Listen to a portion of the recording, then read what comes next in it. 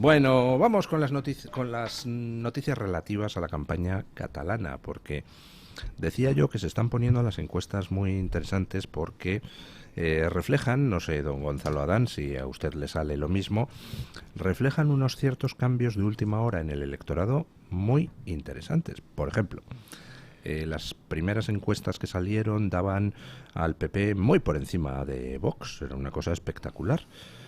Cuando el PP parte de una situación bastante peor que la de Vox en Cataluña. En las últimas elecciones Vox tuvo 11 diputados, el PP tuvo 3, y sin embargo empezaron a salir encuestas diciendo pues que Vox caía a 7, que el PP se iba a 15, unas cosas así. Pero a medida que nos vamos acercando al día de las elecciones, empiezan a girar las encuestas. Y para mí el giro más significativo es el de GAT3, que hace 10 días decía que Vox iba a tener un 6% y hoy dice que Vox va a tener un 8,2%. Hace 10 días decía que el PP iba a tener un 9,5%, hoy dice que va a tener un 9,2%. Es decir, que en 10 días, según GAT3, Vox ha subido 2,2 puntos y el PP ha bajado 0,3. Entonces, ¿eso es una tendencia de fondo? Es decir, ¿está yendo Vox al alza y el PP a la baja? Es cierto lo que estás diciendo, Luis. Al principio de la campaña, sí, un mes aproximadamente, hace un mes, pues el Partido Popular estaba aproximadamente en 14 escaños, 13, 14, alguna encuestadora le daba 15, y Vox pues estaba aproximadamente en 8, 9.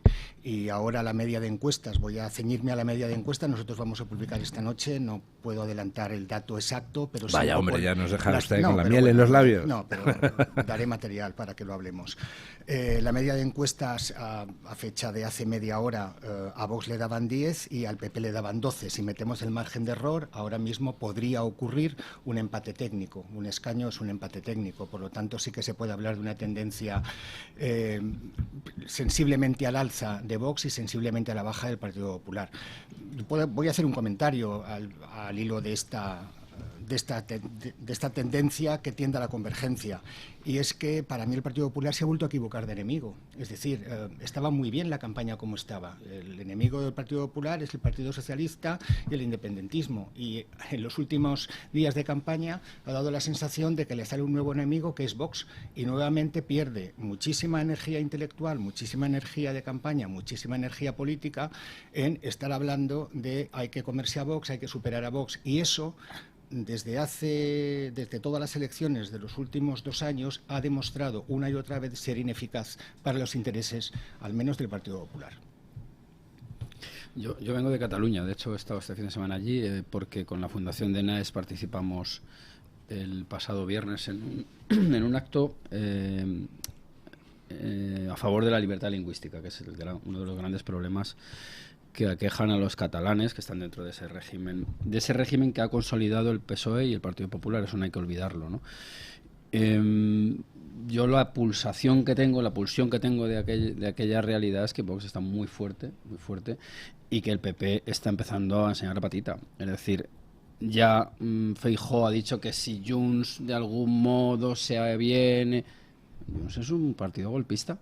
Entonces, claro, el voto, que a mí no me gusta llamar constitucionalista, me gusta llamar voto patriótico, voto nacional si se quiere, en Cataluña, tiene que ir necesariamente a Vox, porque el PP ha demostrado durante los últimos 40 años pues que siempre es la muleta del catalanismo. Entonces, yo creo que... Yo comentaba antes, y estoy de acuerdo con lo que dice don Gonzalo, que lo que menos entiendo es lo innecesario de todo. Vamos a ver, allí el PP tiene un buen candidato, que es Alejandro Fernández, que es una persona que ha tenido tradicionalmente unas posturas muy claras contra el separatismo.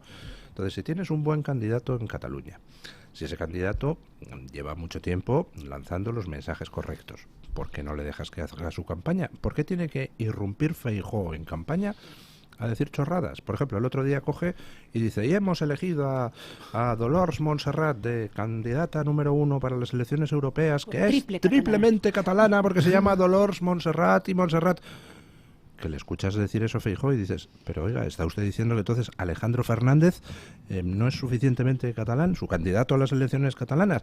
Dices, por el amor de Dios, pero no pueden dejar a Alejandro Fernández que haga su campaña y quedarse Alberto Núñez Feijóo en Madrid. Es que no lo entiendo, es innecesario todo esto. Ya, pero a ver, es lo que tiene, ¿no? Ese afán por ser el novio en la boda, el muerto en el entierro y el niño en el bautizo, que comparten buena parte o casi todos los líderes o así llamados líderes que tenemos en nuestro país, ¿no?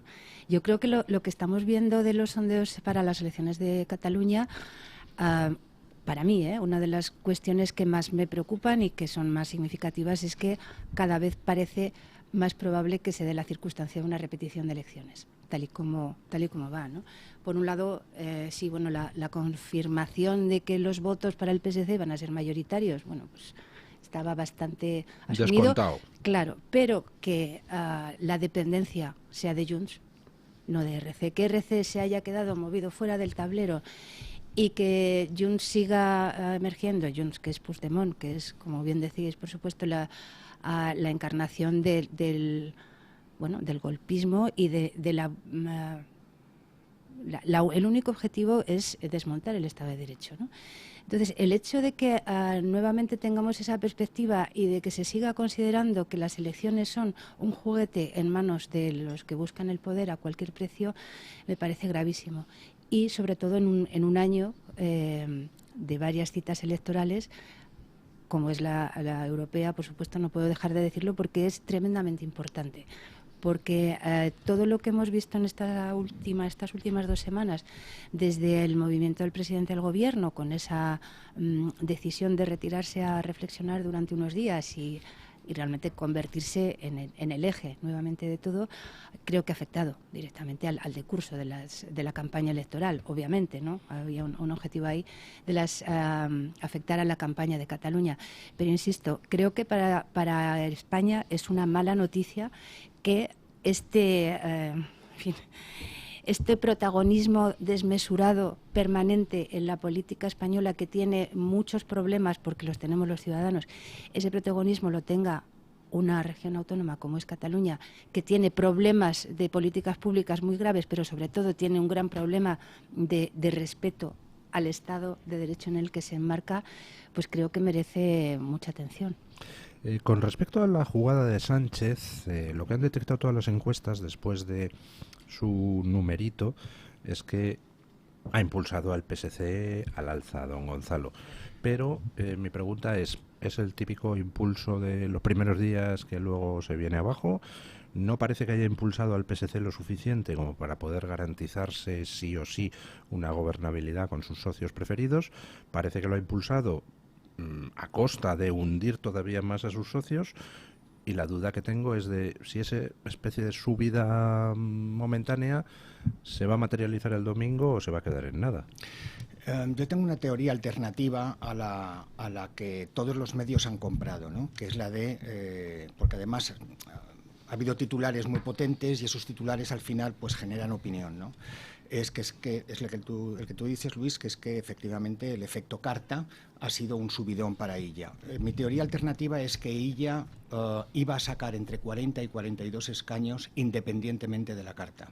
Illa estaba subiendo en las encuestas desde el 1 de marzo, por poner una fecha próxima en la cual todos hemos empezado a medir de manera masiva.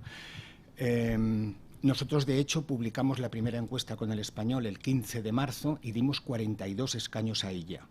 A muchísima gente le pareció una exageración. Yo dije, bueno, puede ser que se nos haya ido la mano, pero los datos dan 42.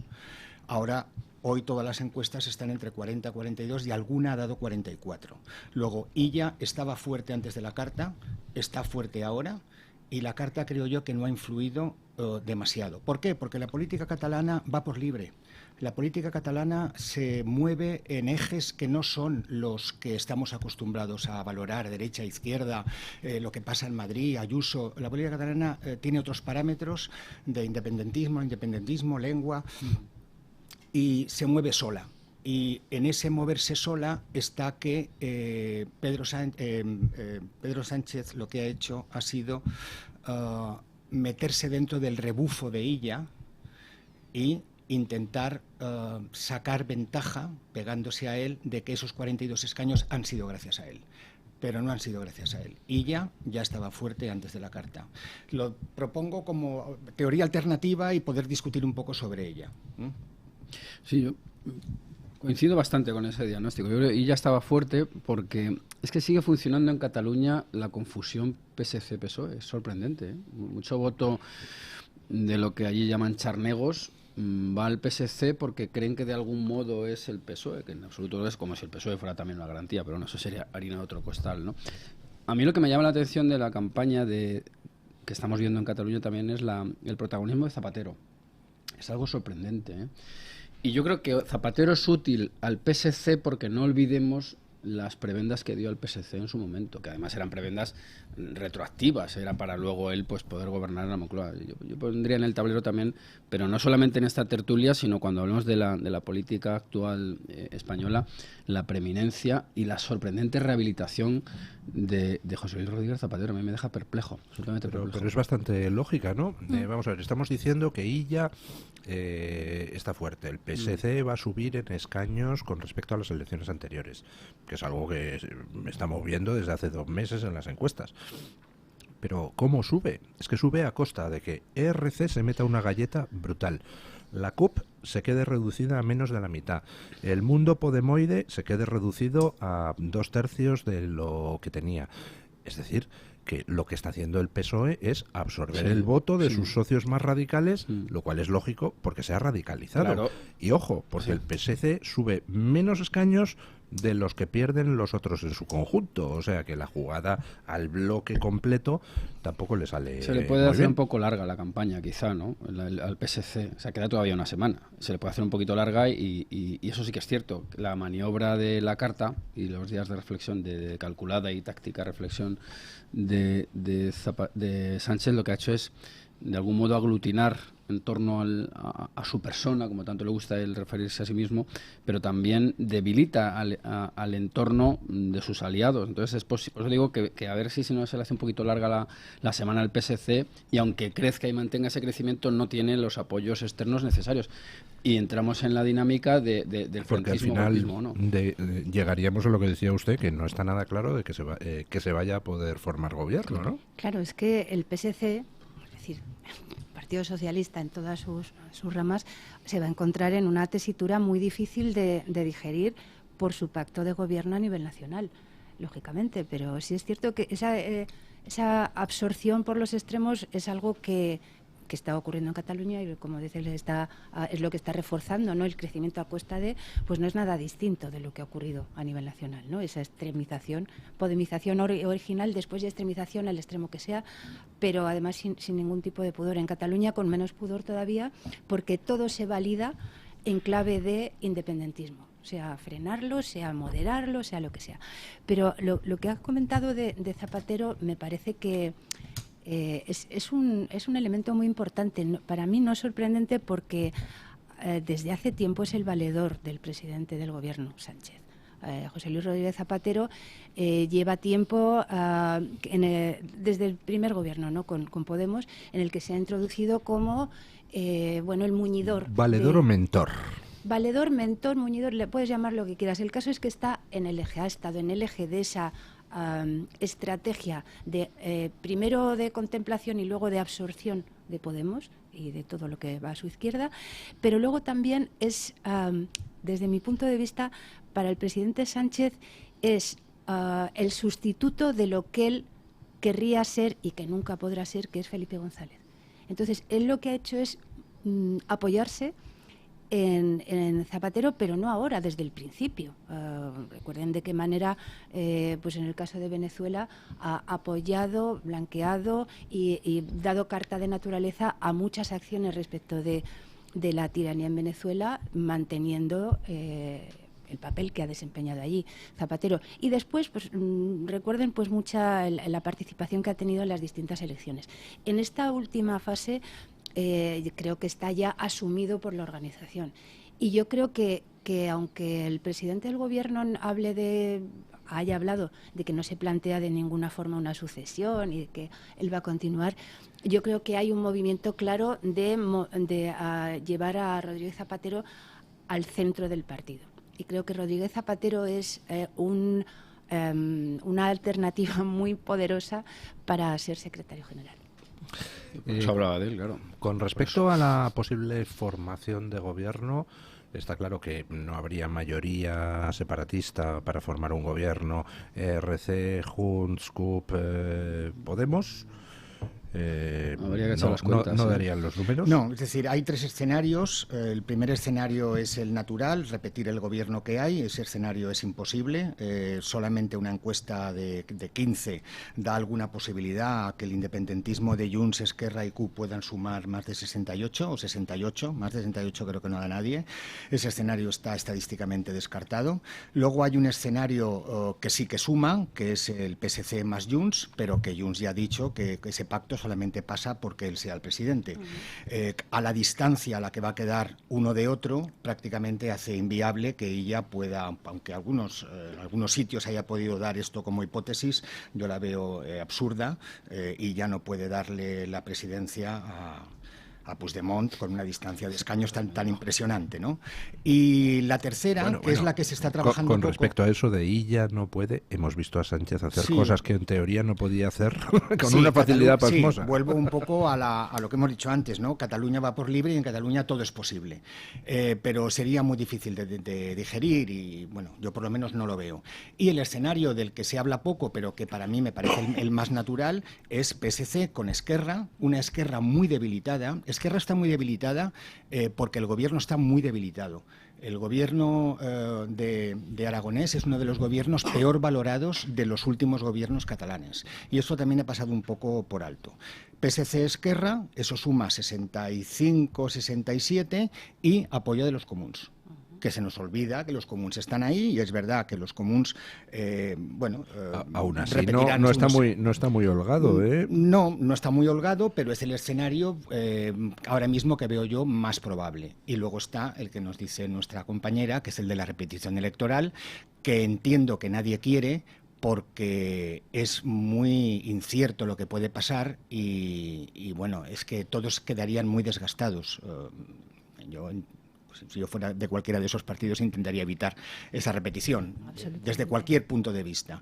Y bueno, yo creo que ese es el escenario más probable ahora mismo. Insisto, PSC Esquerra con los comuns dentro o fuera del gobierno. El PSC no le viene demasiado mal, ¿eh? No. ¿La repetición de elecciones? ¿Por qué? No, pues porque en ese proceso de debilitamiento progresivo, tanto de RC como de Junts, Puigdemont se queda, después de estas elecciones, descolgado. Ya se ha quedado fuera, porque ya no puede revalidar el escaño europeo, porque ya se ha quedado fuera de los trámites, ¿no?, legales. Entonces, es una manera de dejar a Puigdemont fuera de ningún tipo de puesto, de ningún tipo de tribuna desde la que hacer, ¿no? Entonces se quedaría simplemente como huido, alojado sería en Bélgica, y tendríamos que ver qué pasa con la amnistía, ¿no? Volveríamos seguramente al mismo escenario de PSC Esquerra y comuns. A lo mejor más reforzados, sumarían más, pero ese sería el deseable para el PSC. Pero si en estas elecciones, como parece que apuntan las encuestas, Puigdemont le pasa por encima a RC con claridad, que parece que es a lo que apuntan las encuestas. Sí, la claridad de 4 o 5 pueden ocurrir sorpresas. Una ERC que está en estos momentos derrotada por Puigdemont, ¿podría permitirse el lujo de darle la presidencia de la Generalidad a ella? Es la muerte de RC, ¿no? Y repetición electoral y que Esquerra todavía baje más. Los pactos en Cataluña, además, pueden durar 1 año, pueden durar 2 años. Está luego el pacto con el Gobierno Nacional. No sé, yo sí lo veo. Sí lo veo porque Esquerra es que no tiene otra opción. No es que le guste a Esquerra ese pacto. Claro. Es que no marca la agenda. Es que no tiene otra ya. opción. Es decir, Esquerra no tenía que haber convocado elecciones. Sí. Aragonés se equivocó, creo yo, porque no valoró, no evaluó bien el escenario en el que estaba, en un escenario muy debilitado. Insisto, Aragonés está muy mal valorado y el gobierno catalán estaba muy mal valorado. Adelantar elecciones era una locura. Lo hizo y bueno, tiene que asumir su debilidad. Entonces, no es que le guste, es que no hay otro remedio. Queda una semana también, es verdad, ¿eh? Y una semana en la que hay que ver a Puigdemont a ver cómo digiere todo este promedio de encuestas y que su posición es mucho más débil de la que se pensaba hace un mes. Una pregunta. Hay dos incertidumbres. Una de ellas es el número de indecisos, cómo es de grande. Y segundo, ¿hasta dónde puede cambiar el panorama el partido ese anti-inmigración separatista que ha montado la alcaldesa de Ripoll? Porque parece que le dan entrada en el Parlamento. Sí, el tema de los indecisos es muy mediático también. El 30%, siempre se dice, ¿no? El 30% de indecisos decidirán las elecciones. Hoy en día las encuestadoras buenas asumen totalmente ese número de indecisos y la estimación que dan pasa por encima del dato de indecisos. Los indecisos no van a decidir nada porque ya están metidos en las encuestas y ya sabemos más o menos lo que harán, que es abstenerse. Los indecisos en las encuestas acaban no yendo a votar. En cuanto a Alianza Catalana, efectivamente, empezó siendo nada y ahora mismo yo lo tengo en 3 aproximadamente, en 3 escaños. La media de encuestas le da entre 2 y 4. Podrían ser 4 si continúa ascendiendo. Está al alza en los sondeos. Está al alza y el 80% de su alza, no de sus votantes, sino de su alza en escaños, se lo quita a Puigdemont. Con lo cual Puigdemont tiene un problema añadido y es que ve que no solo no sube, que era su plan electoral, sino que baja. Y baja, entre otras cosas, con un 80% de las causas por la aparición de este partido, que posiblemente en Lérida entrará con 1. Y digo en Lérida, no en Gerona. No sé si tú que has estado en Cataluña puedes compartir esto, por el problema que tiene en Lérida con la inmigración y demás. En Lérida sacaría 1 casi seguro. Los siguientes irían por Barcelona, por aquello de que Barcelona reparte muchos más escaños y es más fácil con un pequeño porcentaje de voto entrar. Por lo tanto, 1 por Lérida, 1 o 2 por Barcelona ya son 3. Si tuviera potencia suficiente podrían ser 4, 1 por Tarragona, 1 por Gerona. Por lo tanto, hay que verlo. Lo que pasa es que es muy difícil, políticamente hablando, que ese partido pueda entrar en cualquiera de los juegos en primera vuelta.